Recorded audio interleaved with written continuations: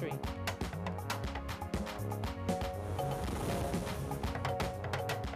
African maritime administrators meet to form a common front to facilitate maritime trade.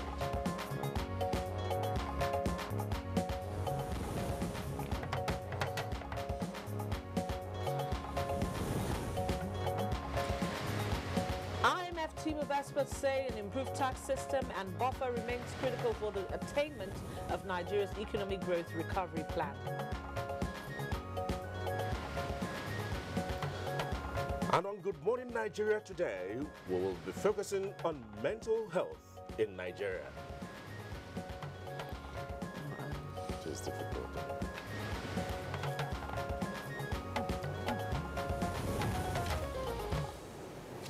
All right, so let's begin this way. A conservative estimate by health experts show that in Nigeria, 1 out of 7 persons will have serious mental illness, while 1 in 4 persons will have some form of mental disorder. However, a research by the World Health Organization reveals that 1% of Nigeria's population, that's about 14 million Nigerians, suffer from ailments in many forms, especially from mental illness. Some of them could be acute and some could be chronic. Well, Rhoda, when we talk about mental health, it cuts across, in the U.S., it's classified along 9 lines. And we know that mental disorder, also called mental illness, psychological disorder or psychiatric disorder, is mental or behavioral pattern that causes either suffering or poor ability to function in ordinary life. And these causes of mental disorder, experts say, are often unclear, but common causes include drug abuse, depression, dementia, schizophrenia, as well as stigma and discrimination. Well, mental health is reported to be one of the major contributors to disease burden globally. It is the 6th largest burden worldwide and is much more burdensome than even HIV. While there are no specific causes of some mental illnesses, some might be hereditary and some could be due to stress and, of course, lifestyle. You know, when we talk about Nigeria's mental health policy was first formulated in 1991. Its components include advocacy, promotion, prevention, treatment, and rehabilitation. But however, a good number of about 20 million Nigerians who suffer from mental illness go without professional assistance. And the answer can be found in the World Health Organization estimates that only about 3% of government's budget on health goes to mental health, with over 90% of it going to mental hospitals. And in 2013 also, need I also remind you that the bill to establish a mental health act was also introduced to the Senate. The bill, of course, protects the rights of persons with mental disorder, ensure equal access to treatment and care, discourages stigma, discrimination, of course, set a standard for psychiatric practice in Nigeria. And of course, if you also look at it, it makes provision for access to mental healthcare and services, voluntary, involuntary treatments, and so on and so forth. And so if you look at it, the mechanism to oversee involuntary admission and to implement the provision of mental health legislation, but yet this law is still yet to be passed. Oh, well, talking about laws being passed and all that, you know, medical experts are worried that non-passage of the bill has created avenues for dehumanization and extortion of mentally challenged in the country, and that Nigerians still see mental health as a taboo. Also, when we talk about that, 80% of Nigerians with mental health problems do not have access to treatment. And mental health experts have also raised an alarm over increased cases of mental disorder in Nigeria and have called for adequate facilities and personnel to curb it. Cliff, when we're talking mental health here, you know, a lot of times, a lot of people tend to, you know, confuse it with, you know, people who are like, you know, already on the streets, people who are already in a psychiatric home. But when we talk about mental health here, we're looking at even people who, you know, go to work daily, people who have a livelihood, but you know, are not mentally fit. They're not able to cope with the stress of work. They're not able to sleep. Some of them are just restless, you know, and it affects every other aspect of their lives. You know, just like we talk about when you walk on the street, you drive on the street, you see people that have some problem, you know, mentally. Yeah. Not obeying traffic lights, not, you know, doing the right thing at the right stress, time. As a you know, result of stress, a lot of factors. From work, a lot of mental, you know, like some of them could be clinical, you know, issues. Well, that's what we're looking at this morning on Good Morning Nigeria, and we hope that with the guests that we have this morning, we'll be able to prefer some solutions to some of these issues. It's Good Morning Nigeria. I'm Rhoda Obo, and of course, it's good to have you join us. It's the last for the week. It's a Friday morning.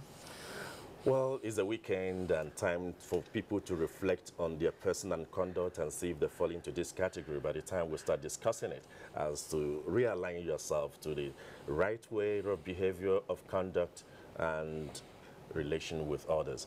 But I am Cliff Ayoze, and it's my pleasure to welcome you to this special program, Good Morning Nigeria. And remember, we have our other segments, newspaper review, we have business, we have foreign, we have arts and entertainment. But before we progress, let's get an update on what is happening from our newsroom with Joseph Johnson. Joseph Johnson, when we talk about mental illness in Nigeria, what picture comes to your mind? Picture that comes to my mind, Cliff, very, very gloomy, very worrisome situation in Nigeria. But I'm glad the topic for today on Good Morning Nigeria should address some of those issues. All right. So thanks for joining us on the news desk at this time. I'm Joseph Johnson. President Muhammadu Buhari has challenged the Ministry of Mines and Steel Development to redouble efforts at revitalizing the nation's mining industry for enhanced growth and development of the economy. In a meeting with the minister, Dr. Kayode Fayemi, the president expressed delight over the approval of $150 million by the World Bank in support of the mining sector, which he described as a major breakthrough in the government's drive towards relaunching the promising economic sector.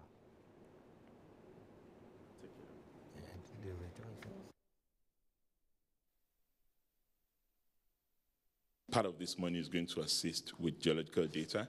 It's also going to contribute to our organizing the informal sector into a formal sector, provide them some access to funding, and also help them with technological equipment for the artisanal miners.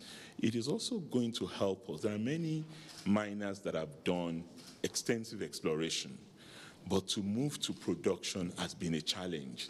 So for those who are crossing over from exploration to exploitation and to actual mining, we believe that giving them a leg up, some assistance would help boost the industry. Meanwhile, the ongoing efforts of the federal government to improve fiscal policies geared towards reviving the strength of the economy has been described as a positive step by the International Monetary Fund, IMF. Answering questions on the fiscal monitor, IMF's team of experts say an improved tax system and buffers remain critical for the attainment of Nigeria's economic growth recovery plan.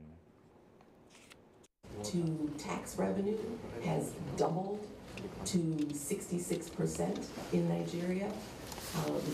So a full 2/3 of all tax revenue then now is going to pay for interest payments, illustrating then both the debt risks and the need to raise tax revenue. Forming a common front by African countries to facilitate maritime trade is key to achieving regional economic prosperity, which is the dream of the founding fathers of African Union. Nigeria's Vice President Yemi Osinbajo, on behalf of President Muhammadu Buhari, said these are the third Association of African Maritime Administrators annual conference in Abuja.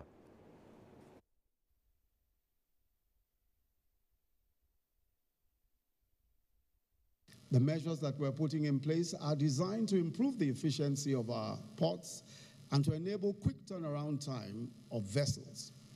Technology is also being deployed to make our port operations more transparent and effective in support of economic growth. We must intensify efforts to promote intra-African trade in fisheries. Statistics also show that pan-African fish trade is worth about 20 billion euros. Regrettable that despite Africa's enormous maritime endowment, we remain susceptible to a raft of challenges.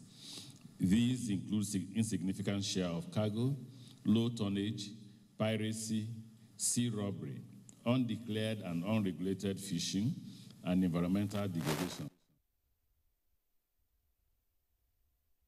In the meantime, the federal government has mapped out strategies to reduce the stress and inconveniences being faced by applicants seeking international passport.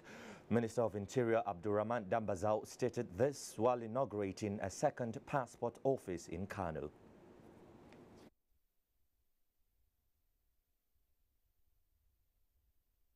We hope to commission 24 additional passport offices so that Nigerians would have the services they desire. Still from Kano, Senate leader Ahmed Ibrahim Lawan says support for President Muhammadu Buhari is a support for ideology for good governance and nation building. This was at the Northwest Zonal meeting of the National Committee for Buhari Support Group in Kano.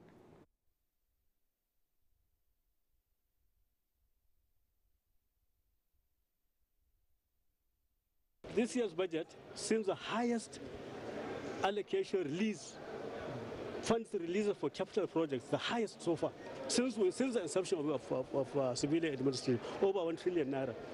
So there is always a need to use the support groups that canvass for election to go back to the grassroots and tell the grassroots the government is for them. Mr. President believes that the most downtrodden masses of Nigeria should be given their dues. That's why he fights corruption, because corruption is away and sucks away everything. Now, let's take you to Nasarawa State, where appropriate implementation strategies are being revolved to reinvigorate disaster reduction response in Nigeria. At a validation workshop in Nasarawa State organized by the National Emergency Management Agency, input of relevant stakeholders are being collated so as to come up with workable strategies. I think we should find a way of putting the idea of getting a legislation that is going to enhance interagency collaboration, cooperation. Information and Culture Minister Lai Mohammed says African ministers of culture and tourism will rally support to have an African succeed the current United Nations World Tourism Organization Secretary General Taleb Rifai, whose tenure will come to an end this year.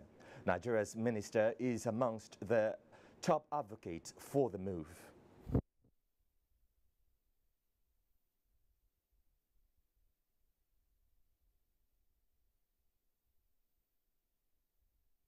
We all believe that it's the turn of Africa to occupy this post.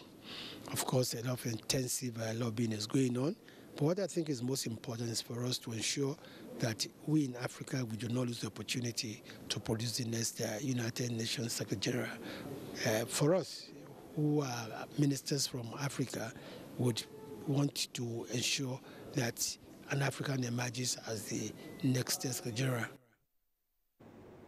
So talking tourism, the dearth of information and proper packaging of Africa's tourism potential has been identified as the bane of the sector's growth and development on the continent. Secretary General of the United Nations World Tourism Organization, Taleb Rifai, disclosed these at a high-level meeting of the ongoing 59th UNWTO CAF meeting in Addis Ababa, Ethiopia. The high point of the meeting is to finding road for Chinese tourists to Africa. A baggage to carry from its history of its relationship with Africa. And that's giving it an advantage and an edge. I completely believe that now is the turn for Africa to seek Chinese assistance and support in this very crucial area of tourism. We should create successive forums like this till we reach the point where we can say we have created concrete understanding, and to the point that the Chinese tourists could have better understanding about the wonders of our continent. The Director General of the Nigerian Television Authority, Yakubu Ibn Muhammad, says the NTA will continue to support all efforts aimed at curbing criminal activities in the country. Yakubu Ibn Muhammad said this when the Implementation Committee to curtail cattle rustling in Nigeria paid him a courtesy visit at the NTA headquarters in Abuja. One of the critical objectives of this administration is to ensure that the whole of Nigeria is safe. The whole of Nigeria is safe not only for the citizens of this country, but also for investors and other visitors who find Nigeria attractive. The committee is also mandated to organize sensitization and advocacy visits to major stakeholders, government agencies, and interest groups to solicit for their cooperation and buy-in as a way of not only initiating the process of ending the menace of cattle rustling, but also making the efforts and success recorded in that regard sustainable. And finally, President Muhammadu Buhari has approved the appointment of Abubakar Abba Bello as the Managing Director of the Nigerian Export-Import Bank, NEXIM. Also appointed are Dr. Bala Mohammed Bello as Executive Director, Corporate Services, and Stella Okotete as Executive Director, Business Development. A statement by the Director Press Office of the SGF, Bolaji Adebi, states that the appointments take immediate effect. And that's it on the news for now. Good morning, Nigeria continues with Rhoda and Cleve after the break. Stay with us. If you hear a bomb explosion or gunshots of an active shooter, that might be a terror attack. At such times, always remember 3 action words: run, hide, report. Don't try to run towards the terror scene to save the situation, because there might be a second bomb blast or another attack. Run far away and take cover. Make sure you are safe first. Yes, it is in our nature to sympathize over the hurt, but remember, only trained personnel can help in such situations. When in a secured environment, promptly call relevant authorities and help will come. For anonymous reporting, call 09630-3250-5 or 0813-2222-106. If you see something, say something. Nigeria unite against terrorism. This message is brought to you by the Federal Ministry of Information and Culture. Winning in hot and dry conditions is hard.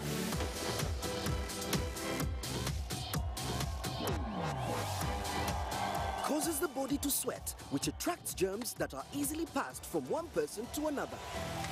What keeps you so cool, man? Dettol Cool combines Dettol's protection and an invincible icy feel. For super cool confidence, use Dettol Cool.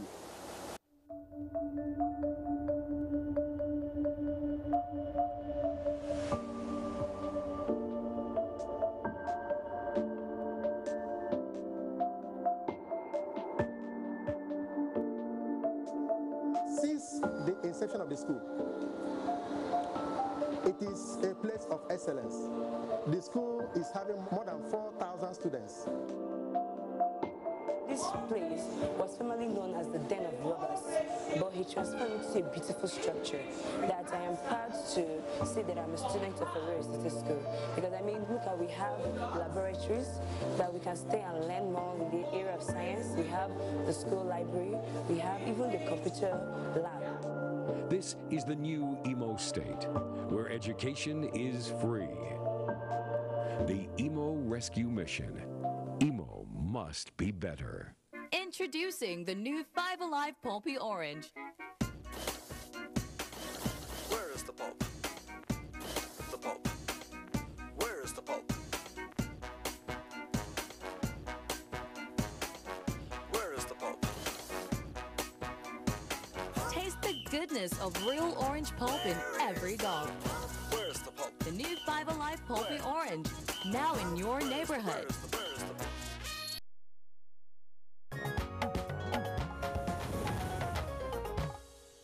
Welcome back. You're still watching Good Morning Nigeria on the NTA. And it's time now for us to take a look at some of the dailies we have with us this morning.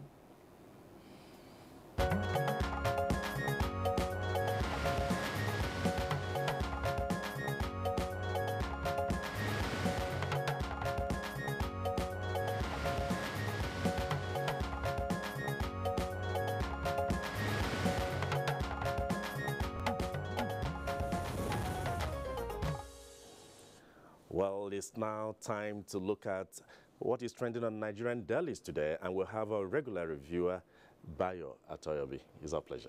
Thank you. Good morning, Cliff. Good morning, Rhoda. Good morning, Nigeria. A lot on the papers today, Rhoda, and I know that we'll take off now with New Telegraph. On New Telegraph this morning, we have on the front page, FG arraigns Supreme Court Justice for selling rice, palm oil. And Justice Nguta faces fresh trial at CCT. Oshibajo's panel meet on suspended SGF NIA DG, and PDP demands independent commission of inquiry. Also on the front page of New Telegraph this morning, we have tears as Lagos demolishes 600 shops, stalls in Lagos, with details of that on page 8. And on top of the nameplate of New Telegraph this morning, we have heard FG gives Saudi airline 45% stake, and NACOM justifies concession experts kick. And other ones, other promotional items on the front page of New Telegraph, we have Buhari approves new security architecture for waterways, with details on page 4. And 2019, INEC declares delay in budget passage, with details of that report on page 4. And Rivers declares notorious cultist Supremo wanted, with details on page 34 of New Telegraph this morning. And of course, the last on the front page of New Telegraph is Naira rebounds to 383 to a dollar as CBN boosts dollar sell, with details of that report on page 30 of New Telegraph. All right, the Daily Trust is next, and on the Daily Trust, let's begin below the nameplates. It says security operatives raid Goje's Abuja residence. That's security operatives raid Goje's Abuja residence. And now to the big story on the Daily Trust this morning. NIA's 15 billion naira, says ex-director. NIA's 15 billion naira approved by Jonathan for 2015 campaign. A statement then credited to ex-director with the rider. It came from NNPC's account source. It came from NNPC's account. Now let's quickly move to the foot of the paper there. You'd see federal government docks Justice Nguta over asset declaration. On page 6, 23-year-old man commits suicide. And finally on page 10, FAN NCAA NAMA REA, that's REA, gets new heads of I think heads of boards. Yeah, heads of boards. Yeah, yes. and executive directors. Yes. Yes. Well, still moving on, let's get your view on Yes, what is trending here. Yes, thank you. The trend certainly is about the money involving the National Intelligence Agency And the Punch put it this way. It says that it suggested that the suspended Director General of the National Agency had admitted that the agency actually received $289,202,382 in a presidential order in February 2015. The Vice President-led committee has directed that the Director General, who is on suspension, should provide document to support this. It was part of the intervention fund that was allegedly meant for special services. It is the agency's demand memo to the National Petroleum Investment Management Services, NAPIMS, and that is why the Daily Trust is referring to the NNPC. It was said that NAPIMS memo in February 2015 asked for the funds to be released by the Central Bank of Nigeria. There's also the report that has been, Rhoda, you reported about Danjuma Gode's residence raided, where security men numbering about 40 raided the home of Senator Danjuma Gode. This was, Daily Trust says that in the process, sums of about 80 million naira, $19,000, and 4,000 riyal were discovered. While this was going on, the senator, who is chairman of Senate Committee on Appropriation, was busy putting finishing touches the 2019 budget. However, the EFCC has denied that it is not true that it was involved in the raid of the residence of the senator, Senate chairman on appropriation. So you have this conflicting report. But on the war against corruption side, the Nigerian police have also invited the general public to blow whistle on us if you found any instances of corruption or misconduct on personnel. Towards this, they've opened several platforms on WhatsApp, Instagram, GSM, and they said, please do the whistle blowing on us if you find any officer indulged in corruption. So you see, the war against corruption is permeating all agencies. Of course, yes. The high and mighty have been caught off guard, you know, with the discovery and recovery of large sums of money at very sensitive places. You know, when you talk about going to a place where the NIA operates and you recover such large sums of money, that shows that the anti-corruption war is really catching up, and the various agencies are taking the right steps to discover this, and the whistleblower appears to be paying off, isn't it? Yes, the whistleblowing is certainly yielding positive dividends. But there's also another development. Currency traders, particularly in the Bureau de Change, are now advocating that these huge sums of foreign currencies should be plowed back into the currency market so that it will enhance the value of the naira. That is their own perspective as far as that is concerned. If scarcity of dollars is leading to the depreciation of naira, those discovery dollars should be able to enhance until the court permits that, you know, we can't really talk about that. We also had the FG arraign Supreme Court justice for selling rice, palm oil. That to me is a little bit confusing. Why? Is it from the headline or something like that? But the subject itself. In the past, public officers, which a judge of this court is, were allowed to carry out activities in farming to enhance their boosting. This permeated the era of Operation Feed the Nation and Operation Green Revolution. And public officers, public servants, whether judges in the legislature, in the executive, or whatever, were allowed to carry out farming activities and also benefit from the proceeds. But now it is an offense that the judge will have to explain. Would you want to talk about on the naira rebounding again to 381 to $1? Yes, I have the statistics here.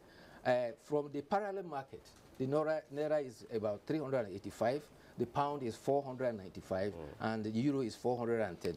At the Bureau de Change, it is about 362 to the dollar, 490, and in fact, at the euro, the BDC, the rate is in fact higher than the parallel market.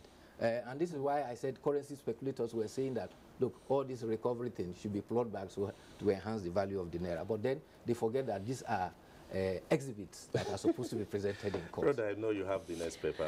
All right, let's quickly take a look at the Vanguard. The Vanguard newspaper is next. And on the Vanguard, let's take a look at the big story on the Vanguard, if we have that. The Vanguard leads with NIA cash.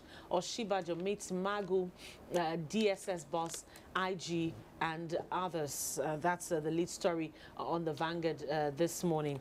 And also too, if you go down you'd see that Boko Haram terrorists kill 11 soldiers in Borno attacks. That's on the Vanguard this morning, and of course a couple of other stories trending on the Vanguard this morning. All right, Cliff. Yeah, we're talking about the Boko Haram terrorists, being claimed that. But let's look at what the authority is talking about this morning. On the front page, we have war against corruption.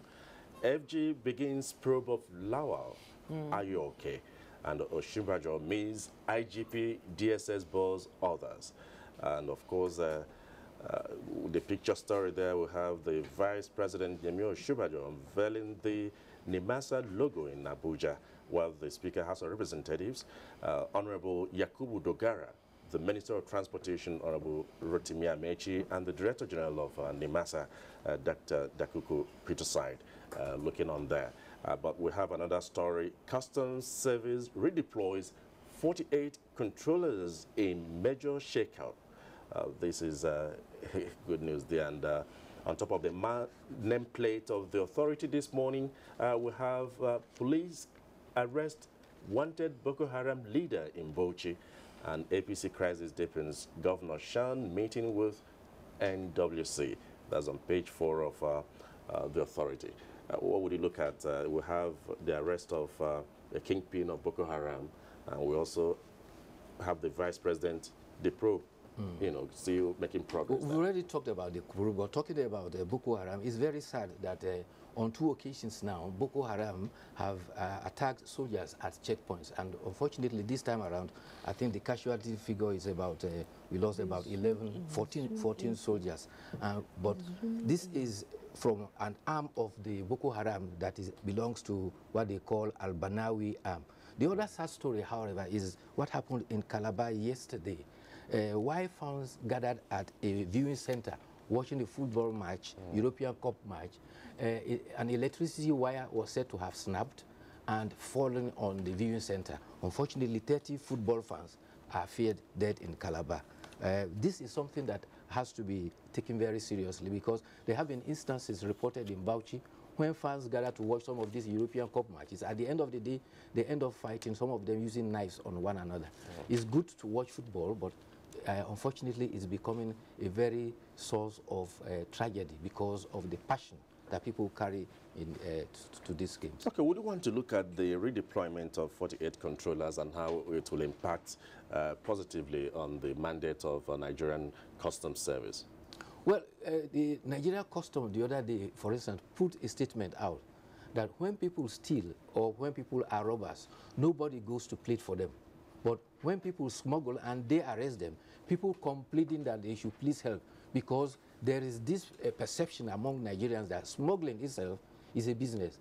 It's not uncommon to find a Nigerian introducing himself that I'm a smuggler. He doesn't know that that actually is a crime. He thinks it's a way of life and it's a business. And so to clean up the acts of the custom, of recent, they have been challenged by members of the public that if items find themselves into the market that are not supposed to be, it means the custom is at fault because they couldn't stop them at entry points. And therefore, the custom is trying to clear his own house to make sure that those who are collaborators to violating illegal products getting into the Nigerian market are tackled. And this is part of the reorganization going on. All right, Bayo, let's quickly take a look at the Punch newspaper. And on the Punch, we'll just quickly take a look at the lead story on the Punch. That's the story that you just talked about now. It says 30 football fans fell dead in Calabar viewing center tragedy. 30 football fans fell dead in Calabar viewing center tragedy. And victims electrocuted while watching the Manchester United match yesterday also too. And there's another story there. If you go down, it says police failed to release detained leadership reporter, and also Abuja civil servants. Okay, that's quite an interesting interesting one.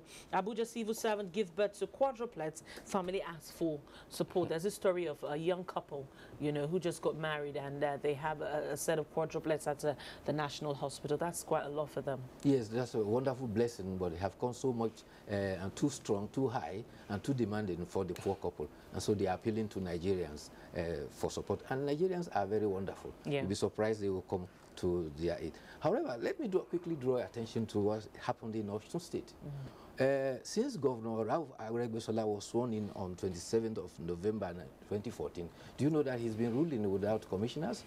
He has just sent a list of 39 commissioners and special advisors to the Osun State House of Assembly. I see an irony in it. If I'm to take liberty of his surname, which says Aregbesola, which literally translates as somebody who enjoys ruling in a group, he has been ruling. Well, without it has worked for him. You know. On that note, Bayo, I would like to say a special thanks to you for finding time again to be part of this show this morning. And I know that you'll be here on Monday. Well, thank you so much. Thank you very much for having me. Well, you are still watching Good Morning Nigeria, where discussion will center on mental health in Nigeria in a moment.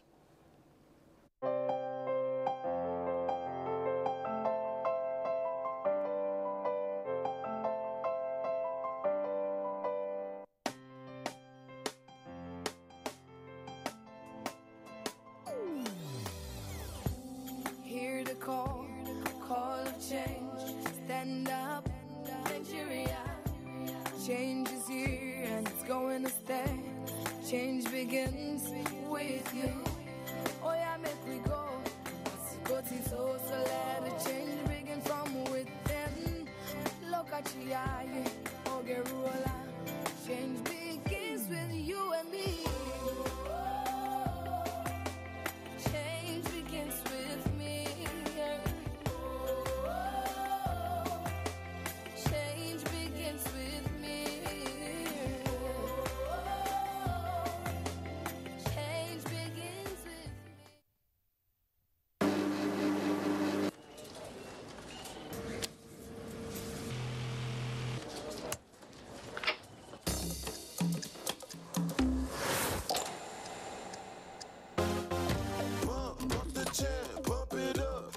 feet are stomping, and the gym is pumping. Look at the crowd is jumping. Pump up your jam and push up your hand. You know, say me fans them plenty like sun. Jump up and dance, make them understand. Say me energy could I never be contraband. No matter what life throws at me, I can handle it constantly. All of my fans them invited. DJ, make my day. make my day. Make my day. Make my day.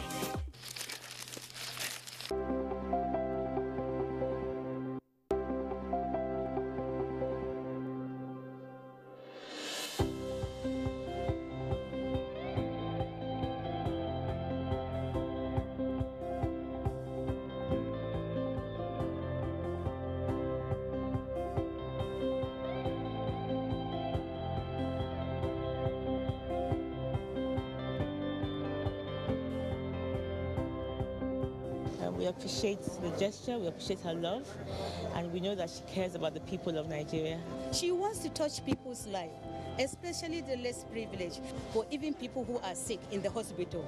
We remember that they have a wife of the president who is very concerned about human life and humanity in general.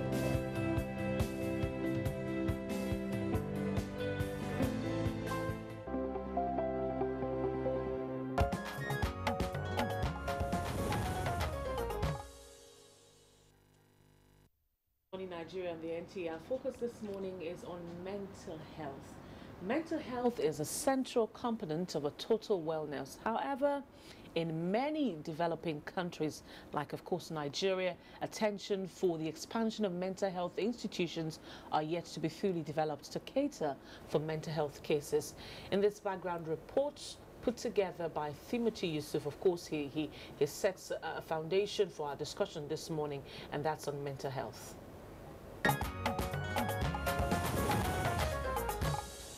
Mental health problem has impacts on socio-economic development of nations and on the individual's quality of life.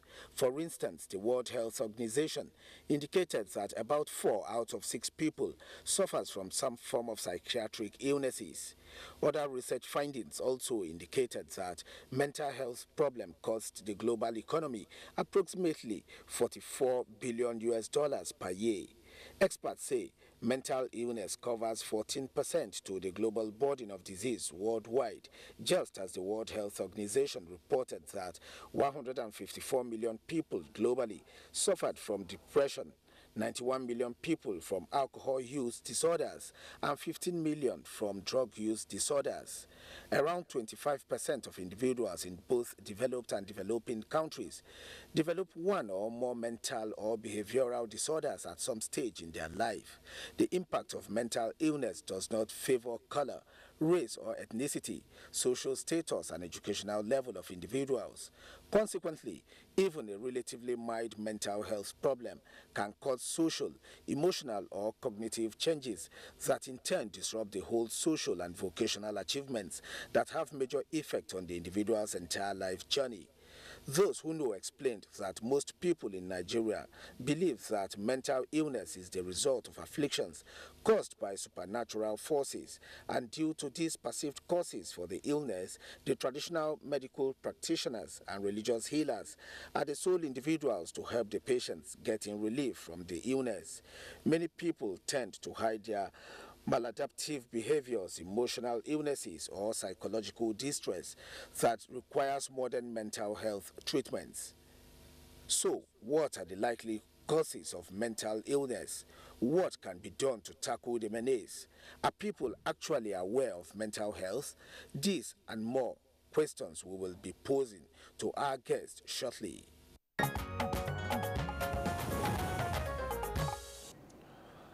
Well, this is Good Morning Nigeria, and of course that background report sets the tone for our conversation as we focus on contemporary mental health challenges in Nigeria. And we're being joined in the studio by no less a person than Hamza Umar. Hamza Umar is the Commander, National Drug Law Enforcement Agency, NDLEA in Kano State. It is our pleasure to have you join us. Thank you. Also, we have Hawa Abbas Hadija. She's here with us in the studio. She is the founder of Silver Lining Initiative. It's our pleasure to have you join us. Good morning. And also we're being joined on the discussion this morning by Aisha Aliyu Tafida. She is the founder, project coordinator, Parents Against Drug Abuse Initiative, PADA, in partnership with the UNODC-CIN, the Community Intervention Network on Drugs. Aisha Tafida, you're welcome. Good morning.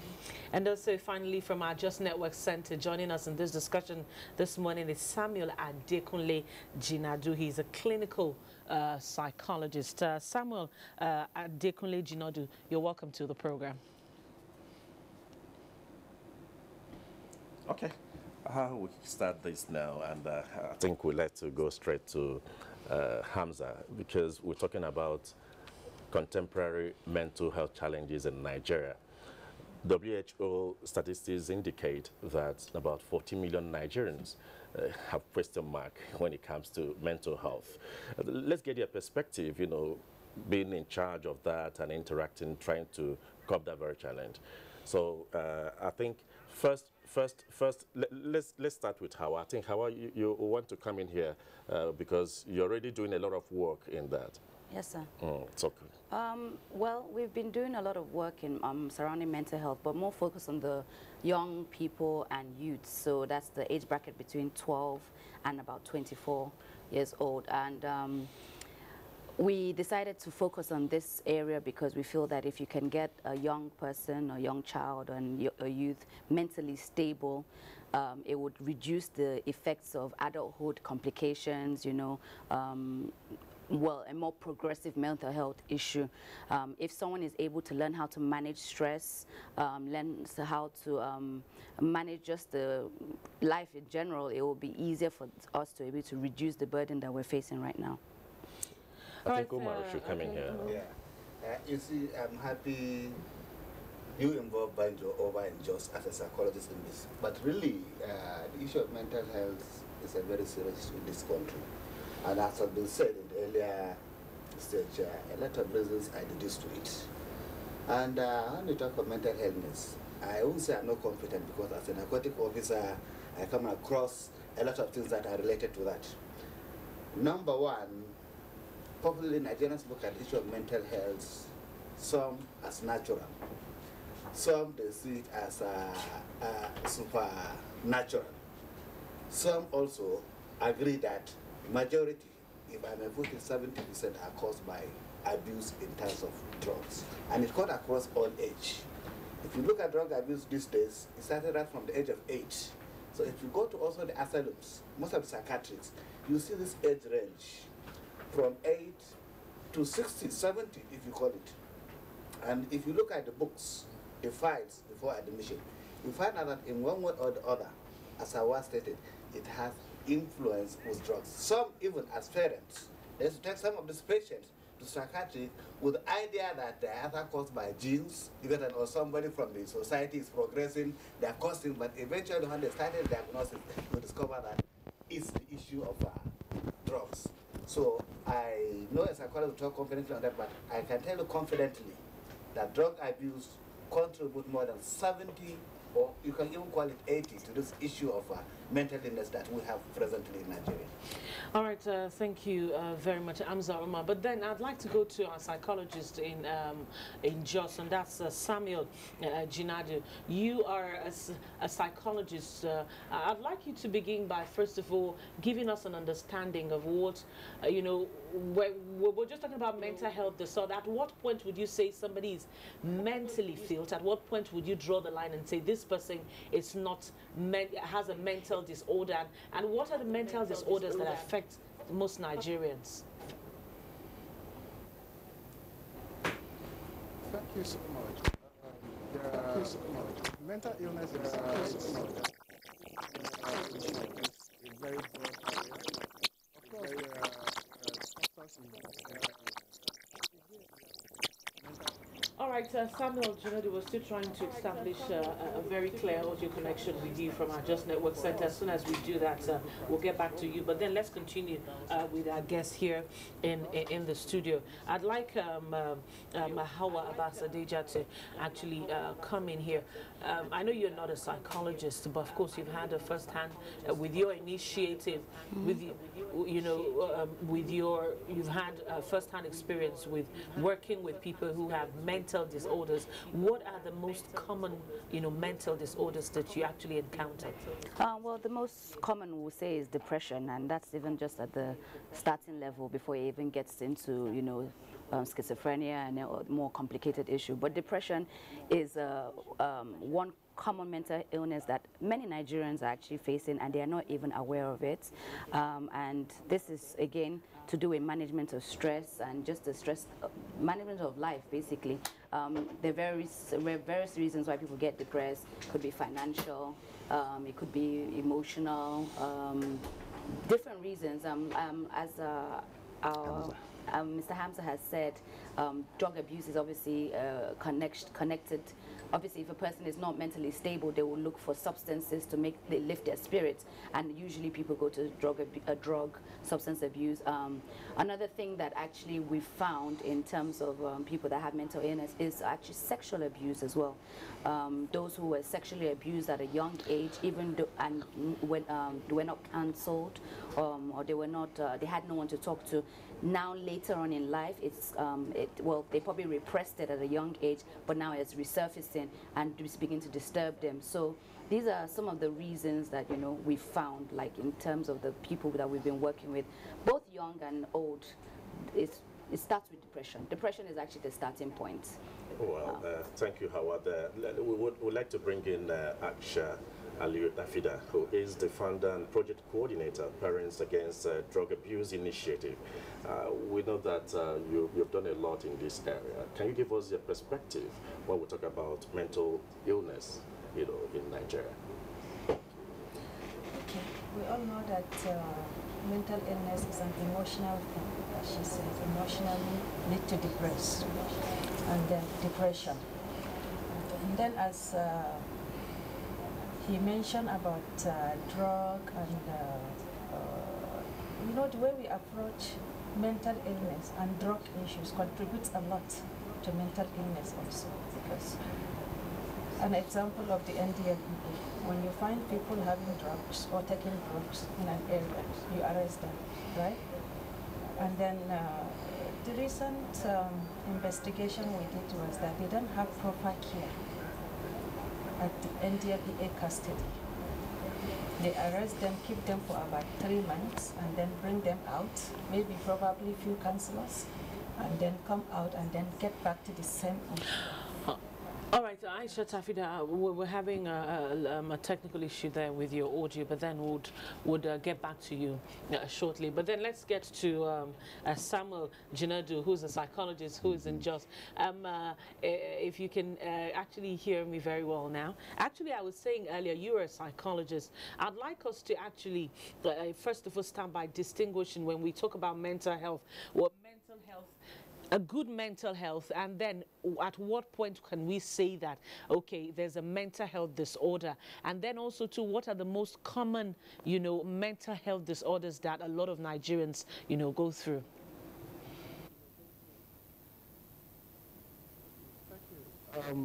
Mental health disorder, first of all, comes with a lot of dysfunctionality. An individual who is mentally stable would be expected to be able to carry out his daily functioning. He would be expected to be able to interact, carry out his responsibility, go to school, go to work, you know, perform social responsibility very well. But if an individual is not able to do all this, carry out his responsibility on account of a challenge, then you may want to investigate what the problems may be. Like I said, mental health issues, or the definition of mental health is quite relative, because you look at, is this person's behavior grossly moving away from an average person's behavior in the society? All right. So if an individual if an individual behavior is causing distress for him, you know, maybe the person is depressed and is not happy, is not going to work, and the bills are piling up, the person may be experiencing some certain form of distress. That may be one of the category or one of the ways to look at mental health. Again, it's distress to others. If the person's behavior is constituting distress to other people, most of the time that is what we see in the society as maybe mental illness, because individuals who have mental illness, to a large extent, don't even know that they have a challenge. Somebody may be depressed and not even know, just like Hawa said. And somebody may be even using substance and still be rationalizing the substance use. So, but if the people around him are complaining, maybe somebody enters the house, everything start getting missing, the phone get missed, the laptop, because the person is using them to go and buy substance, then the society, the people around him would notice, they will be distressed about that behavior. So what the people around him sees as distress, you know, is also one of those things we look at in definition of mental illness.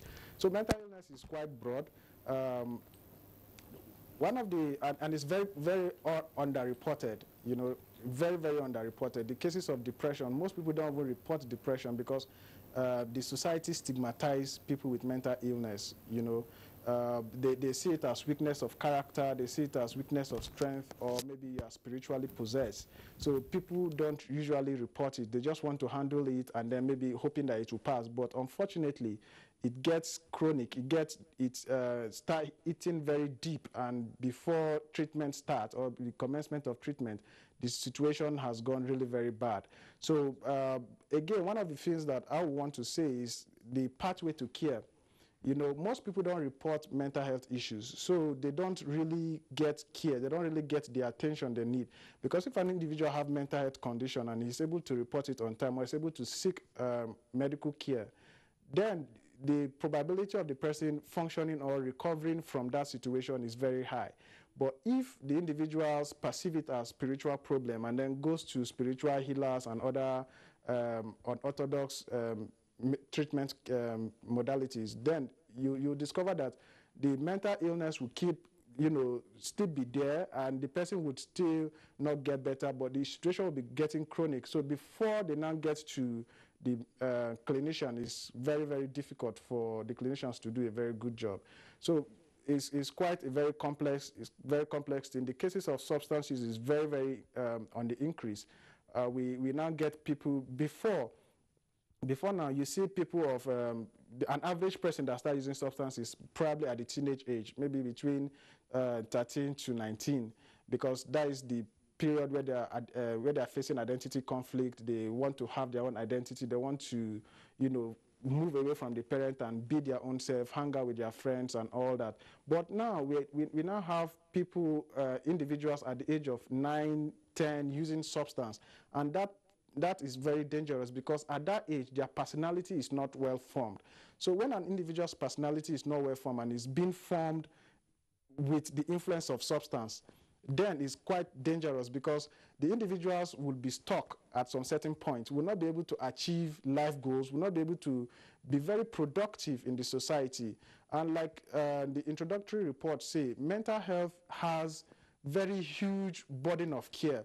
In other words, it puts a whole lot of holes in the pocket of the caregivers. So people who care for people with mental illness, it's not like they would die immediately of mental illness. Of course, we have cases of suicide because of depression, but the rate is not that high compared to other medical conditions. But it's throw the family and the individuals into poverty. If the person is working, the person becomes very redundant, not being able to carry out daily activities. And one other thing again is, the cost of not getting care is even much more higher than the cost of mental illness on its own. So if an individual is having mental illness and is not getting care, the cost that the individual will incur is much more higher than the cost of not getting the cost of treatment.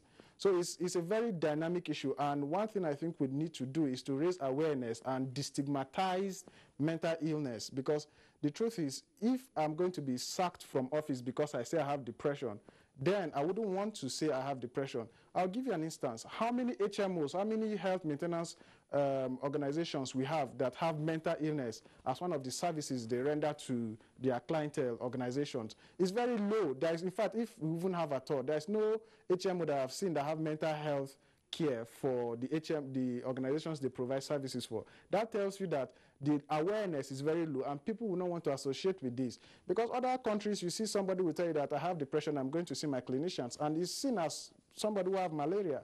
But in Nigeria, it's quite different. If you made mention of something like that, the next thing that comes to mind is that this person is either possessed, this person is not, there's something wrong with this person and he needs deliverance. So people don't want to be associated with that. So they wouldn't even want to raise a voice about their mental state.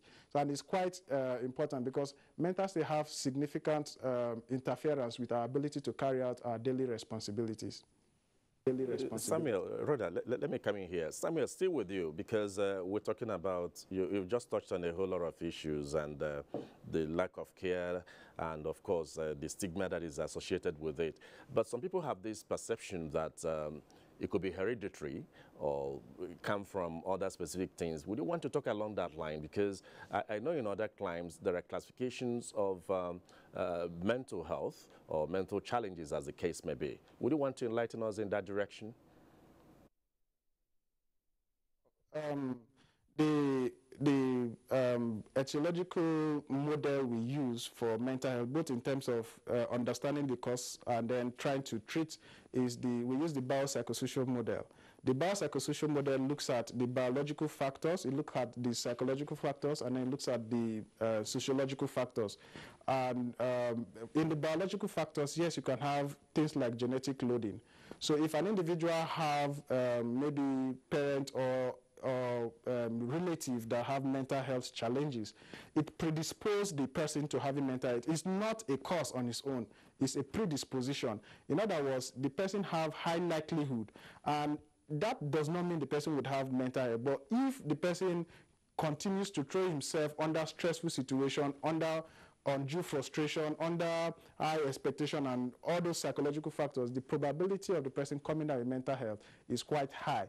So there is genetic loading, and it has a lot of role to play. But like I say, it's not a causative factor. So the fact that my parents, for instance, have mental illness does not mean I have mental illness. It only tells you that there's a predisposition. So on my own part, I would need to be very careful with what I do. Something like maybe diabetes. You know, if there is a family history of the diabetic condition, the younger ones will want to watch what they eat, want to, you know, be very careful and more sensitive to their health condition. And that does not mean they would have, or that does not mean they have, but it's just a precautionary measure they need to take. So, of course, there is genetic loading, and like I say, it is all-encompassing, both genetics, both psychological, and both sociological condition. All these factors, they play the kind of interwoven variables that determine an individual that would, you know, come down with mental health condition. That's Samuel Jinadu. I'd like to still stay with you just a little bit.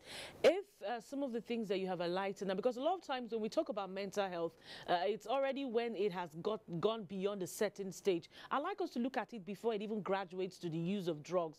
If you're saying anxiety, personality disorder, sleep disorder, and of course mood disorder, if all of these are part of, you know, a mental health that is, you know, that is already in disorder, how would you now describe the state of mental health in Nigeria? Because this is something that a lot of people suffer. Thank you so much. You know, one of the things that people tend to say Nigerians are very resilient, you know, but I see it as, is it actually being resilient, or is Nigerians not really opening up to their true state of mental health condition? You know, yes, there are a lot of all these factors that could come in. An individual who is mentally sound, who is mentally stable, would be able to carry out his daily function. So if, for instance, you have family members who know you, who understand you, who you've grown up with, and they all of a sudden start seeing some deviations, you know, they start seeing some certain behavioral tendencies that are not your kind of person, they will want to raise an eyebrow. And, you know, such kind of individuals would be like a mirror to other people who have mental health condition. In Nigeria, yes, the cases of mental health is quite high.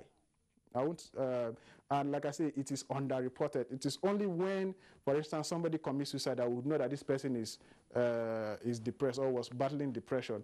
So it's like a post assessment that we are doing. You know, when the situation has become chronic, that's where we now get to understand that this person is having so kind of challenge. But I would want to encourage the general populace that they should try to seek mental health assessment. It's not a bad thing for you to know your mental state of mind, for you to know your psychological state. It's not a bad thing. It's not a crime. It's not an allegation or an indictment that, you know, you go to check your mental state. Just like you go to the hospital and do your general, what is it called? You go to do your general assessment. You can go to the hospital, and then if you notice maybe there are certain conditions you're not comfortable, you find it very difficult to sleep. You wake up in the middle of the night and you can't go back to sleep, and this has been going on for a while, or you lack appetite, or you just notice that things are not, you are overwhelmed by responsibilities or by emotions or by situations around you, you can seek mental health condition without allowing it to degenerate to a level where it will now be, you know, in and out of hospital. But the earlier intervention is sought, the better for care. Nigerians have a very huge population with mental health condition, albeit it is underreported. Thank you very much, Samuel Jinadu. It's really important to know that at some point you might just, you know, the way you go and say, let me check if I have malaria. And just recently, you know, talking about awareness, Prince Harry came out to say that that's why mental health issue is something that is trending. Lately, he came out to say that I was depressed at some point after losing my mom at the age of 12. And, you know, he said, I've had to talk to, you know, a psychiatrist. And he was asked how many times. He said several times I had to, you know, talk to someone. What is it with the issue of people, you know, suffering these disorder and not wanting to talk about it? Let's look at it, Aisha. Why is it that people don't want to, especially in this part of the world? Of course, stigma is there, but then is it not just a part of our culture that we want to go see a psychiatrist to say, okay, I'm not sleeping well, or I feel like I'm overwhelmed by what I'm going through? Or is it that sometimes some people say even the psychiatrists, there's a shortage? Yeah, that's true, because the psychiatrists we have here in Nigeria, very few really knows how to handle the mental health illness issues, especially when it comes to a stigma. You walk into a hospital and you see someone that knows you. You know, like there is a hospital who I know, they don't even have a name. It's a psychiatric hospital. I worked there for 3 years. They don't even have a name. And it's locked up from outside. And they don't chain people, they don't lock people. You can walk in on your own and spend 2 days if you are depressed from work or you have a problem, and then your file is confidential. But you know, we have community issue. That stigma is #1 issue. So you're saying you worked in a hospital where that doesn't have a name? They have a name, but the name is not there. It's not there. You can walk in there, talk to them. It's Okay. not my hospital. I worked there before. Okay. It's rehab center, and it's a psychiatric doctor who owns the hospital. Okay. So, and I was shocked, you know, when I started having a voluntary work there, and then I was like seeing a lot of people, very important that I know, but I was trained not to even recognize, not to even outside. If I see any patient in the hospital, if I go outside, I should not even talk to the patient until the patient talks to me, because they know I work there. So, you know, it's not every hospital you work in the community. We are in Abuja here, or Lagos, or Port Harcourt, we have good hospital. Or just when you go to like Gombe, Maiduguri also, you may not have this kind of setup. So let's have more of your experience from the parents' perspective, because you're deeply involved in Parents Against Drug Abuse initiative. What has it been like, over time? Because we talked about substance addiction, we talked about personality disorder, we talk about affective disorder, and all these, tend to affect the human being, from acting the right way. Tell us your experience from the parents' perspective. Parents are in denial. That's serious. Yeah, that's serious. It's been very tough to get into them. They want to have a secret, all of them. And then the children, they are educated, they want to talk, they need help. Or maybe a friend from a school said, my brother is doing drugs, and my mother said I should not talk. You know, I come across a girl yesterday, her mother came to visit me. I was shocked when the girl just came to me and said, Auntie, how long do you stay in rehab center? So I was like, the mother said, get into the car, let's go, let's go. So I said, please, I need to have a word with her. She said, he's a friend of mine in school. Her brother is in drugs and this and that. And that's why I said, I need to get into the family. But they refuse to see me. So how long are we going to continue doing this in Nigeria? Hiding our own issues? Because this is a public health issue. It's not about... it's a medical issue. It's not about hiding. And Omar, it appears you have something to chip in here, because I know more often than not you take steps to rehabilitate them. Exactly. And they are virtually the same line. Either you're an addict or you have a mental health problem. The basic issue is this stigma. And how do you go away with this stigma? You need to sensitize people, like what you are doing now. I know Nigerians hardly miss Good Morning Nigeria show, and educating people.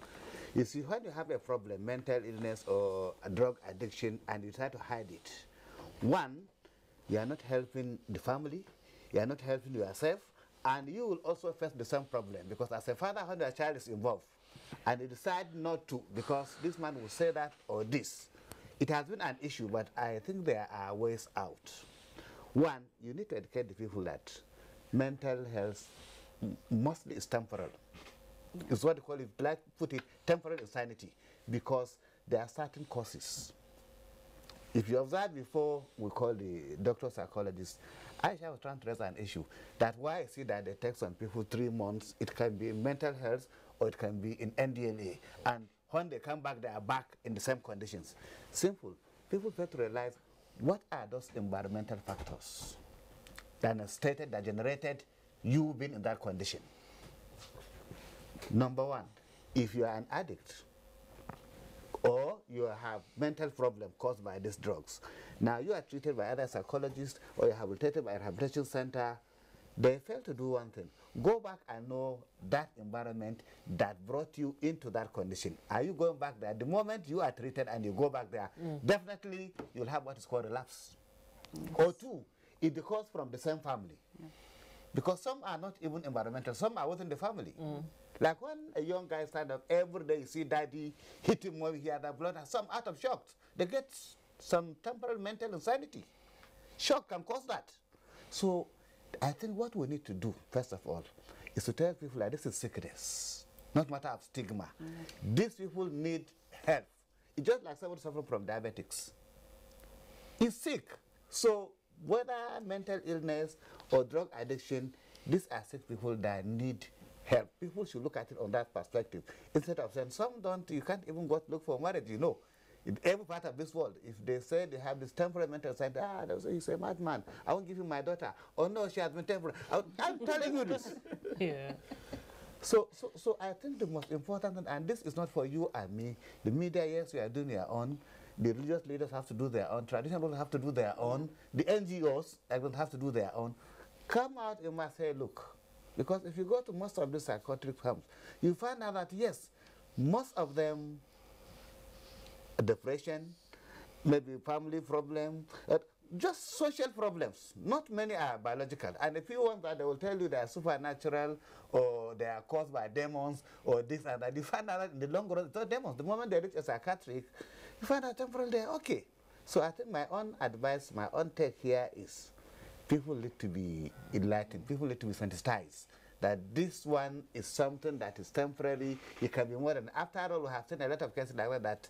Later, the people come out to be in very sensitive places. I don't want to mention names because I'm the first through that. Let's bring in Hawa here because you've been involved. We're talking about parents, the role they play in checking this mental health challenge, possibly when they find one of their wards, you know, suffering that. What is the picture you take away? Like Hajia said, we find that people don't want to tell themselves the truth, and what we've been doing is we started working in primary schools and secondary schools, because if you're trying to solve issues, it's better to start with the young people before they even any issues are triggered by them. So we start there, and like Mr. Hamza rightly said, you mentioned something, when a child watches their parents hitting the mother and all that, it can lead them to drugs. But also, in terms of even physical abuse, when a child has watched the parent abusing the father abusing the mother, or even just, anyway, now abuse goes both ways. So even the mother abusing the father, they will grow up and that's how they will end up abusing their own partners. And then we will say, oh, that man is a wicked man, or that woman is a wicked, that man is beating his wife. But it's something from childhood that he has watched. So he's accustomed to this kind of behavior. So we need to have like a mental shift, mental change in the way that we are handling young people. The parents who are refusing to accept that, yes, my child is on drugs, or yes, my child is has a mental issue, we need to, well, I'll leave it for Hajia to work on parents, because I'm not a specialist there. But we will go and work with the children themselves, because from a child, what a child says, you can identify what kind of situation they're going through just by the things they say. So if you're in a group with a young group of children between 12 to 16 years old, and you're just having general conversation about sexual abuse, drug, substance abuse, and you're not even bringing mental health, you will be able to see how mentally stable that child is. And I think that the schools need to incorporate in their curriculum mental health elements of training for children, like even just basic stress management, bullying, all these things also lead to drugs. A child that is being bullied would definitely find a way to get out of it. It may be that they would start with substance abuse. It may be that they start cutting themselves. These are all parts of mental health. Someone who cuts themselves to relieve pain, that's self-infliction. It's part of mental health. And we have a lot of people doing this in Nigeria. But again, like Doctor said, it's been underreported. It's only when somebody has died that we know that there's a problem. They've gone to jump on the bridge. Or maybe jump. Yes, that we start hearing there's a problem. But before they jump on the bridge, behind closed doors, you see them cutting themselves. You see them abusing all sorts of different abuse. And these are the things we need to focus on. Hajia was talking about we have a low, small amount of psychiatrists. We actually have only below 200 psychiatrists in the whole of Nigeria, a country of 180 million. I think that Dr. Samuel can confirm this for you. And it's absolutely appalling to say that a country with so many people, we don't have enough medical professionals to even take up the challenge of what we're going through. And also, I think we should also try and train people before for counseling. There should be counselors in every school.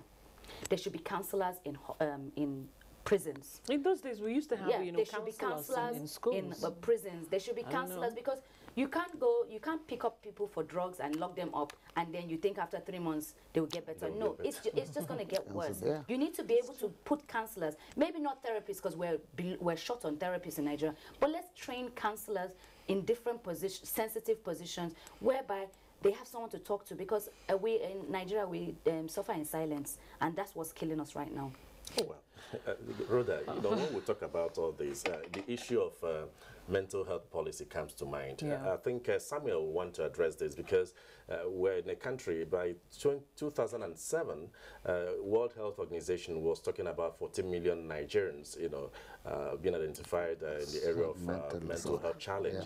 Yeah. By 2017, I believe that number must have, you know, gone up. And with just experts ranging to about 130, I don't know. What do you think about having a national policy, you know, health policy that will address this challenge, and the institutions creating room to train more experts? Well, that would be very nice.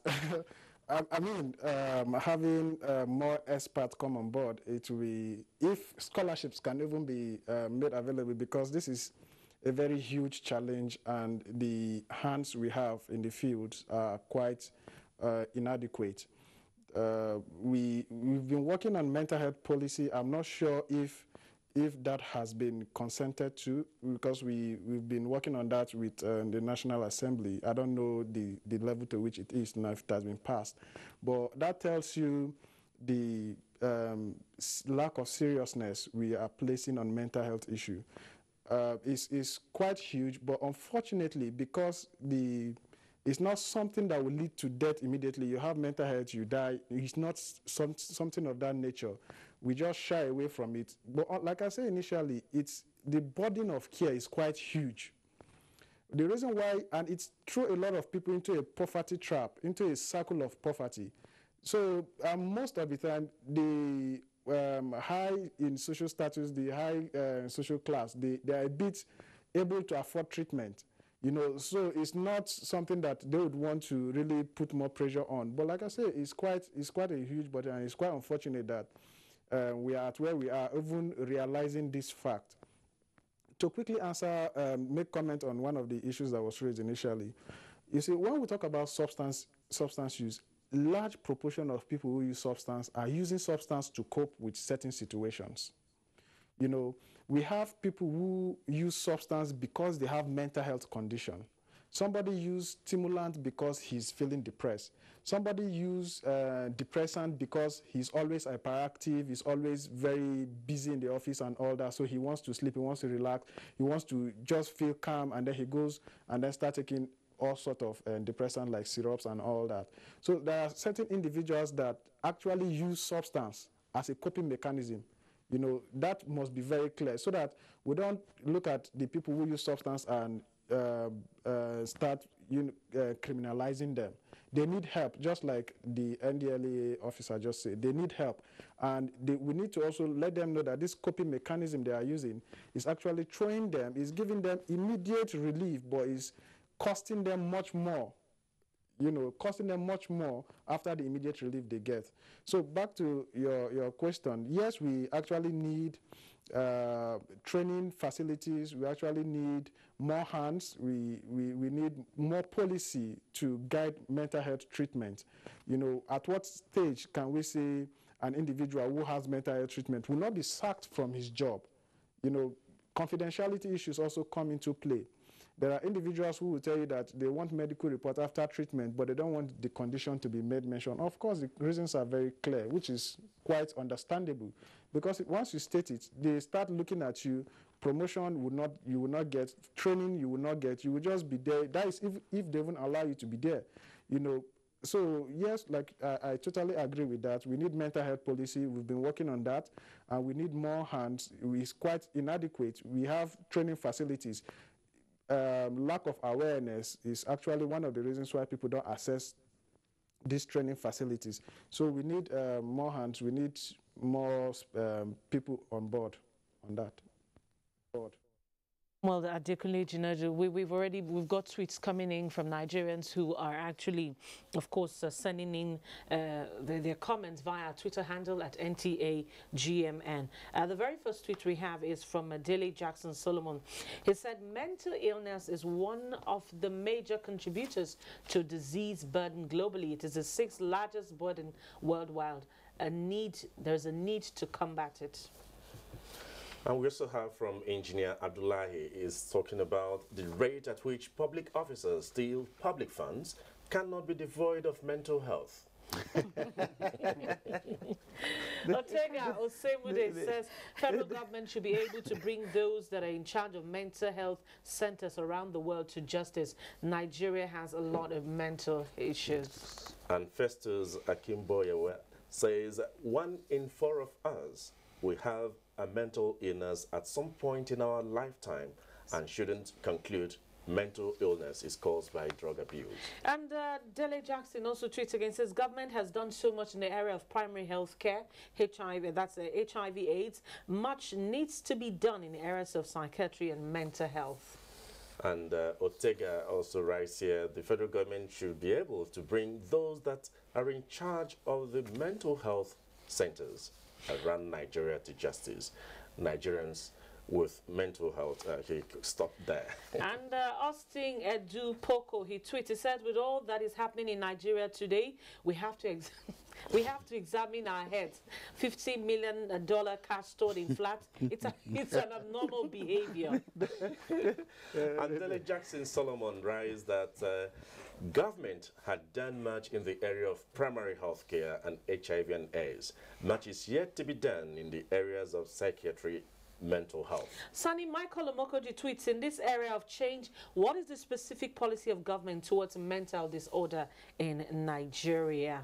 And Tunde Mano writes that smoking should be completely and effectively banned in Nigeria, and mental illness will be substantially reduced. Yeah. And finally, Festus Akimboyewa tweets, the mental health challenges facing Nigeria should be addressed forthwith, and we should stop reinforcing the taboo around mental health. Those are the tweets that we have right now. But then I'd like to get to Hawa, that's Hadeja. Let's look at it. When you first came into the studio, and Cliff, so I said, oh, women, you know, we have at least 3 women on the set this morning. Is it that they don't suffer mental disorder, you know, as much as men? Or they're better disposed. Of course, and I said women are even more disposed to men because from family, children, work, stress, you know, and all of that. Let's look at the statistics. We have more women from your interactions. You have more men. Well, statistically, women and men have about this the same. The only thing is that it would appear that women will cope better with mental illness because women talk. It's easier for a woman to tell the next woman her problem, and it's like lifting a load. Men are not more. I don't know if it's the culture or that we're in. Calm, not more calm. They're more secretive. It's not a calm thing. They keep their issues to themselves. So men usually probably would not sit down to their fellow man and say, you know, there's no money in my account kind of conversation, you know. A woman is more likely to probably have that conversation. So it may appear that women have less mental health issues because they are more able to offload some of the things. And like I keep saying, before you get to a chronic stage of mental health, you need to be able to talk, which is why we need more counselors, because the more you talk, the less you're just offloading your burden. So probably that is why to answer that question. Aisha will have to come in here because she deals with parents. It has become she deals with parents. So she deals with parents. More often, we have a lot of outbursts, and women are accused of nagging and arguing. Little thing, they react, they jump to the roof. Does this amount to mental challenge? Yes, it does. It does, really. If as much as I would want to protect women, but it does. Because you find out that you have a lot to tackle at home. And if you have a man who doesn't really correspond with your ways of doing things, then there is a mental illness there. All right, I'd like to go to our Just Network Center with Samuel Jinadu. From your perspective, from of course being a psychiatrist, you've had to handle a lot of these issues. Do you have more women, or do you have more men, coming out to say, okay, I'm stressed up, or do you have more women having mental disorders?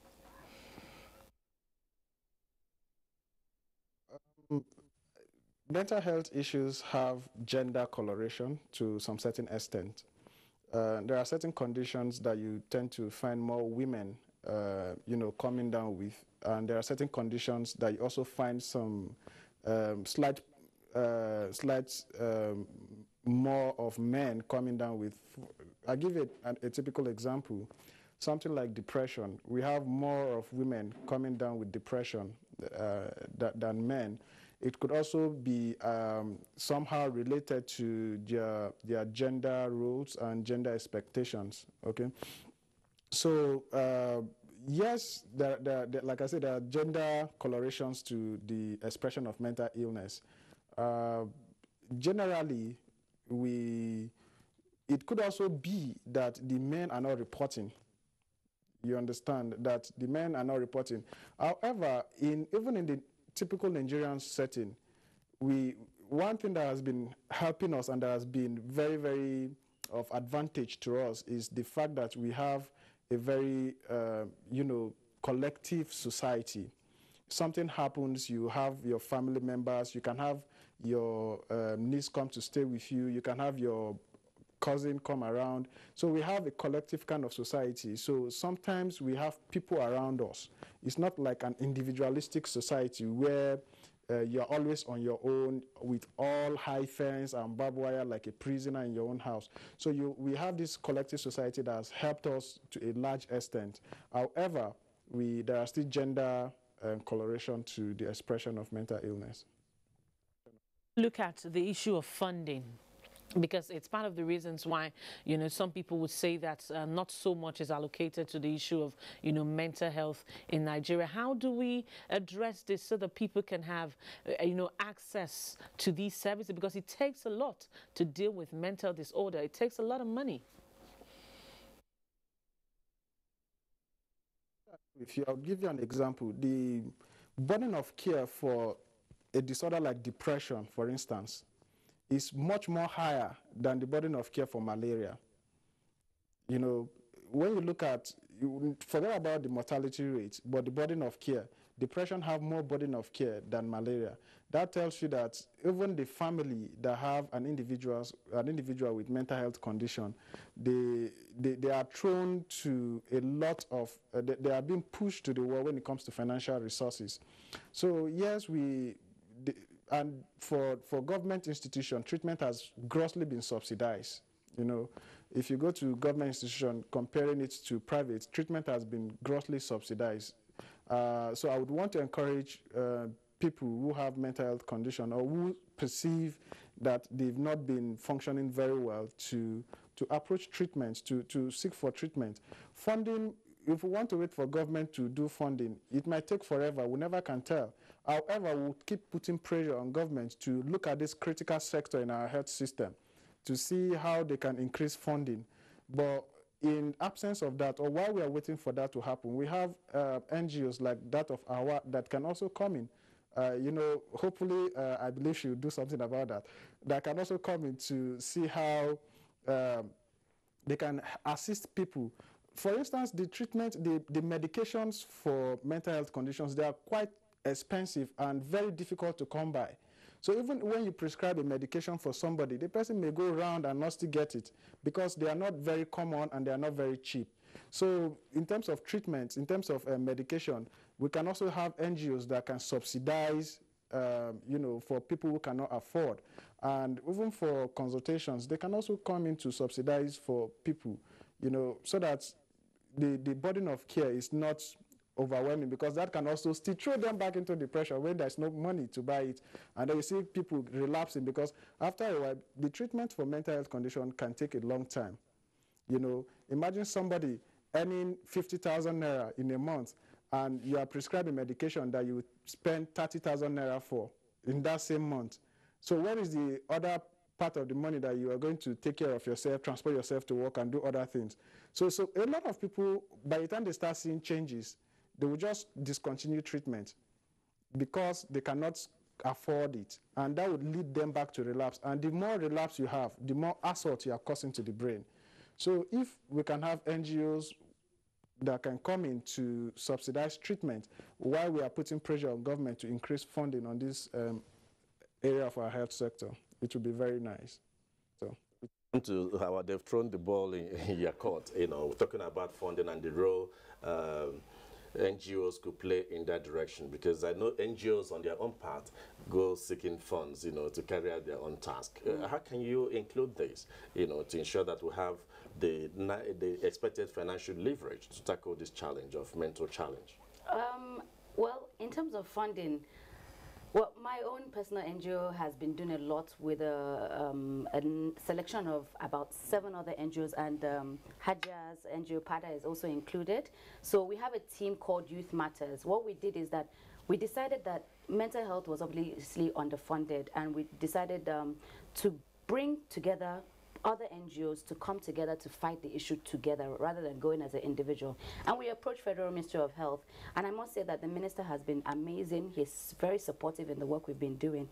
He's very passionate about improving the mental health issue. So I think it's not only a government issue. I think also we need to also reach out to international organizations. Like doctor said, mental health now is like malaria, is like diabetes. So the way we are reaching out for funding for all these other public health issues, we should also make mental health a priority public health issue, so that we can also get funding to subsidize the drugs.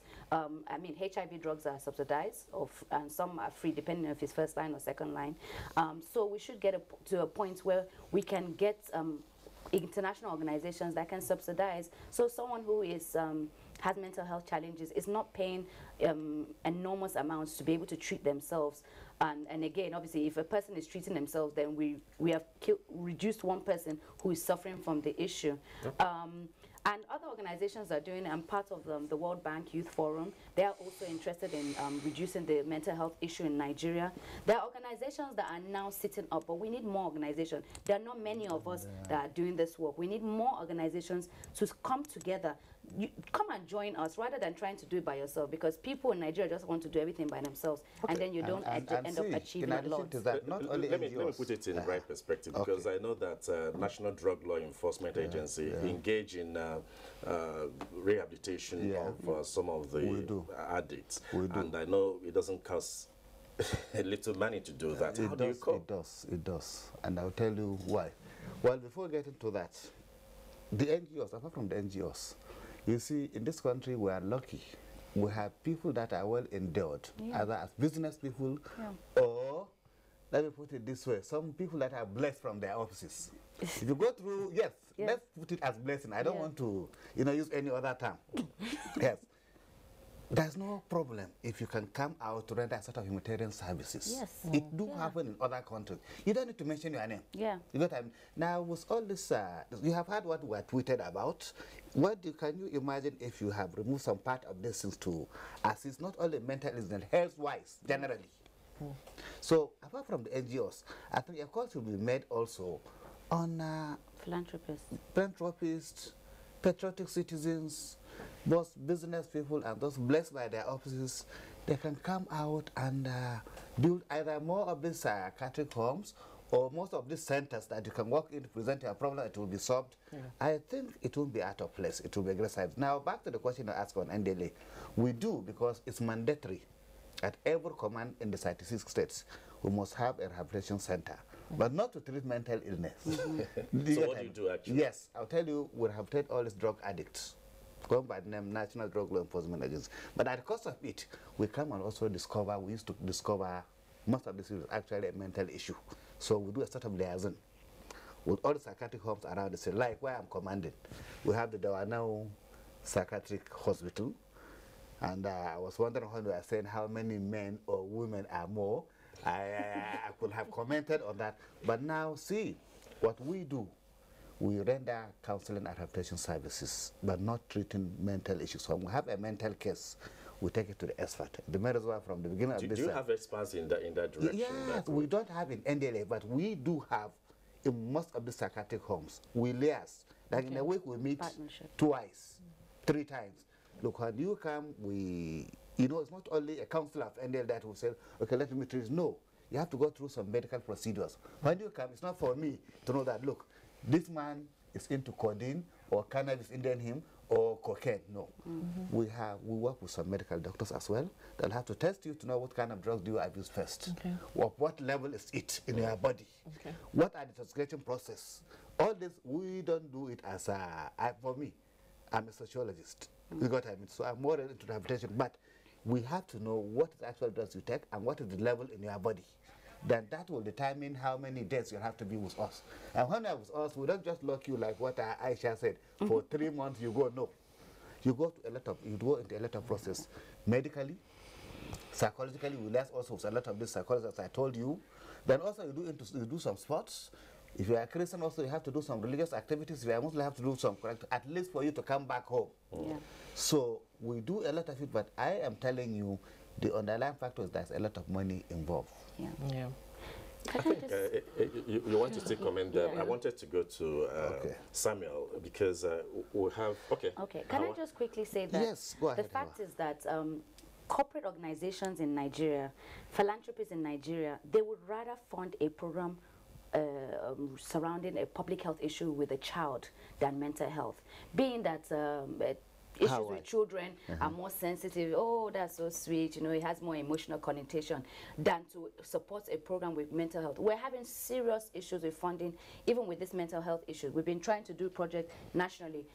We've been endorsed by all the ministries that are involved in our program, but funding, people don't want to fund mental health. So there's even stigma with the funding as well in terms of mental health.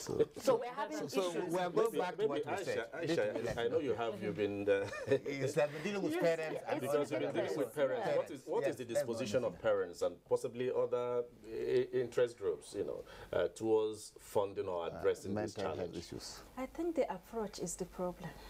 If we can really package ourselves very well, and approach is good, like Hawa is doing, I would like to encourage her more to go into schools where you can meet up the children. Through them, you can meet up the parents. They will be really interested. But if you are looking for a government figure to fund you, it's very difficult. But then we get those government figures, or would we say philanthropies, just as Hawa said, to fund, you know, issues of children, maternal mortality and all of that. But why is it that, you know, we have people, you see people, I'm going to build a healthcare center in my village and it's just, you know, normal. Nobody's, oh, I'm going to build a mental health institution. But why? they don't know. That's the truth so about what it. Saying that people are biased. That's the awareness she's making. People don't wake up and think they even have a mental issues. Like I can wake up this morning and be stressed out by a house girl. You understand? And it's not my problem. She created it and I react to it. It's not all by taking drugs also you have mental illness. But the problem is it's not our priority now. So you think they know. They don't know. It's through the awareness campaign that they will get to know that this and education. A lot of it is going on. This is mental situation. I was said they know. All right, let's get to let's get to Samuel Jinedu, who's in Jones. Of course, Samuel, you can listen to us here. We seem to differ in terms of, you know, why there is a stigma in terms of, you know, even funding. Some people find it difficult to say, oh, there's a mental health institution in my locality, let alone even, you know, getting to fund it. So how do we deal with this? How do we get more people to be more enlightened in terms of funding, even in terms of seeking treatment and having access to these treatments? When you talk About stigma, I have my own share of it. I mean, I walk into a training center and I introduce myself as a psychologist, and everybody look at me, oh, wow, be careful what you say. You know, people stigmatize even the professionals that are treating, that are managing some of this challenge. So, and stigma usually on account of poor information. You know, when somebody doesn't know some certain things. One of the reasons why we have stigma in Nigeria, especially surrounding mental illness, is because of the low knowledge. I'll give you another example. Before, maybe during the colonial period, before the colonial period, we have things like Ebola, things like very serious physical health issues that our forefathers and our ancestors did not understand. And what did they do? They take it as a spiritual issue. They do sacrifice to appease gods and all that. So because they don't understand the challenge, they spiritualize it to get a spiritual solution. So when people are faced with an ambiguous situation, the only thing that can be done for them is to just look at what other explanation, spiritualizing it. So stigma is basically on account of information. If an individual understands the pathway, you know, the treatment pathway, to a large extent, stigma will reduce. So, and like what we are doing here, you know, raising awareness, discussing about it, and letting people know that it's not a crime. If it's not a crime for me to have malaria, then it's not a crime for me to have depression. If it's not a crime for me to have fever, then it's not a crime for somebody else to have bipolar. So, if all this is meant and is brought to the knowledge of even people, decision makers and authority figures, their approval and their consent is going to go a long way, even to the way people behind them or people below them they are going to express, you know, their feeling about what they are passing through. Stigma also goes in terms of funding. Most people don't want to fund a mental health condition. Truth be told, mental health condition, the funding part can be a bit cumbersome. Like I said, some people can be in treatment for like 6 years. Some people can be even in treatment for life, depending on the rate of relapse. But you can also do your own bit to alleviate some of these conditions. If you can help somebody who has diabetes, if you can pay for treatment for that person, you can also pay for somebody's treatment who have depression or who have certain health condition. Don't wear black clothes to go and mourn the person when he's dead, when you had opportunity to, you know, avoid that. There are certain avoidable things that we can do, especially as it relates to mental health. It can be very huge. The funding can be very huge, but, you know, people can come on board, and then let's see how far we can go with that. The challenge is a huge one. Even the World Health Organization report on mental health system in Nigeria point to the fact that only 33% of patients, you know, have access to psychotropic medicines. And of course, in the area of insurance, we just have a short-term coverage of that, essentially in the area of affective mental disorder. But one wonders, you know, if we have better funding, can we completely, somebody that is affected, be healed completely without elements of, you know, coming back to it? I would answer the question in two ways, yes and no. Depending on the rate of relapse, like I say, an individual can manage the condition. I have clients that works in bank, that work in different places that if you see them, you would never know that this person have mental health issue because they've managed it, they've been on medication, they've managed it very well that on a normal, you don't even know what is going on. So you wouldn't even understand that this person is. So yes, it can be managed to the barest minimum. It can be managed to the level where symptoms is not interfering, where the person is not relapsing, the person has, and at some certain point, the person will even be like on what we call drug holiday, where the person takes 1 day in, 1 day out, and like that, and like that. So the person can manage it to that level where it is not interfering at all. And the person can even be off medication at some certain point. But by the time we have cases of frequent relapse, it becomes complicated. You know, it becomes complicated because, like I say, the more relapse you have, the more you are assaulting the brain. And to some certain people, they have what we refer to as residual symptoms. You know, symptoms that would just be there Even when the person is fully functional, you will still see some certain element because the person has been in and out, in and out, in and out, and the treatment has not been consistent. You know, and so we need to look at those things that will make treatment not to be consistent, among which is funding. So if funding is adequate, a lot of people would be very consistent on their treatment, and the more consistent they are, the more likelihood that they will do very well. I mean, we have great inventors who have managed depression and are out of it, and they've done very well continuously for the rest of their life without anybody, and they are proud to say, yes, I managed this condition, but now I'm doing okay. You understand? So yes, we can have such a situation where people are very stable, and where people are very stable, and where people are... Clinical psychologist, we thank you so much for your perspective to this discussion on contemporary mental health challenges in Nigeria. Thank you for being our guest. Going to reaction of Nigerians still pouring in through our Twitter handle, NTAGMN, on this very discussion. Brother, we have... This one, the very first one is from Lamidi Benga Samuel. He says, another issue is to look at the increase in the use of hard drugs or abuse of drugs in private tertiary institutions in our country.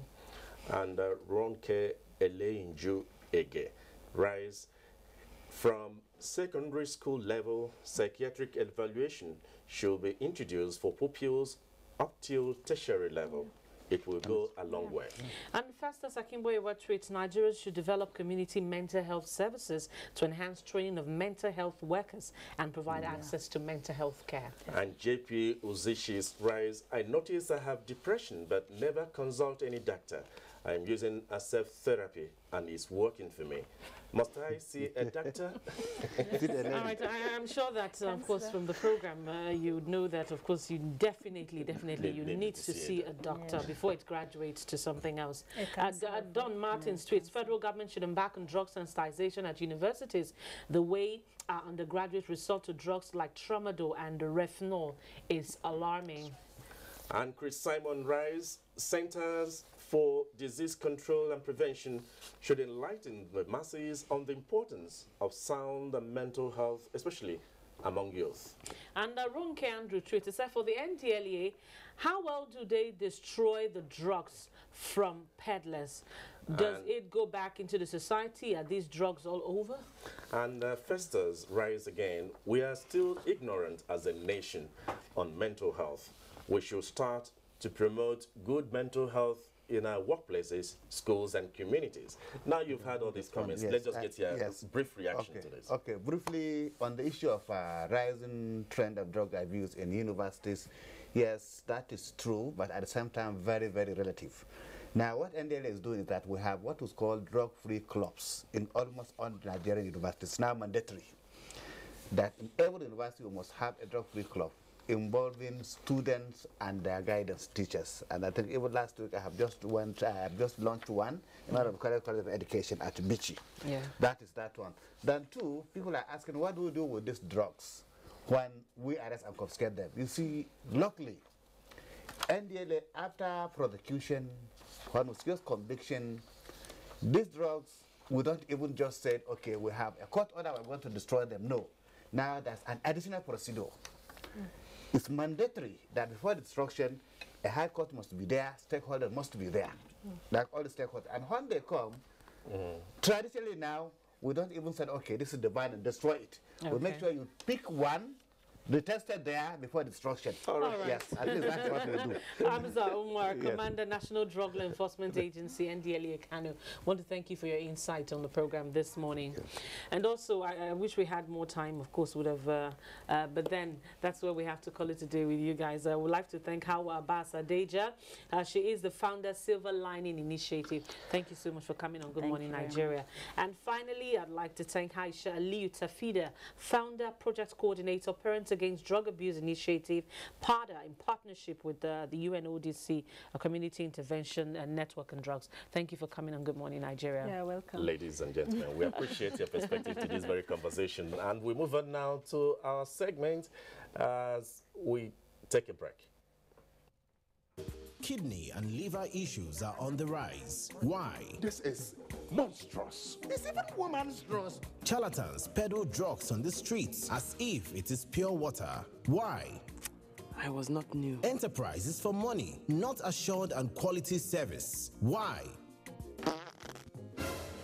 My dear sweet professor, am I trying to you so? Oh, yes. Episode 10, Season 3 of your rib-cracking comedy. Professor John Bull takes a swipe at the scourge of substandard goods in our society. Fake suppliers of products must be brought to justice before they create a calamitous atrocity in our community. Keep a date with us and laugh like never before. Electric bomb! Showing at 8:30 p.m. every Tuesday and Friday on NTA Network International and Star Times. Over and out. Brought to you by Glow. Welcome to the new speed of life. To the outer framers, the hat tippers, the fringe goers, you don't need to hide anymore. Try Dettol Even Tone. It cleans and helps to reduce the appearance of blemishes caused by oil, dirt, and germs, giving your skin a healthy feel for an even better you. Dettol, be 100% sure. Dettol soap is now also available for 100 Naira only.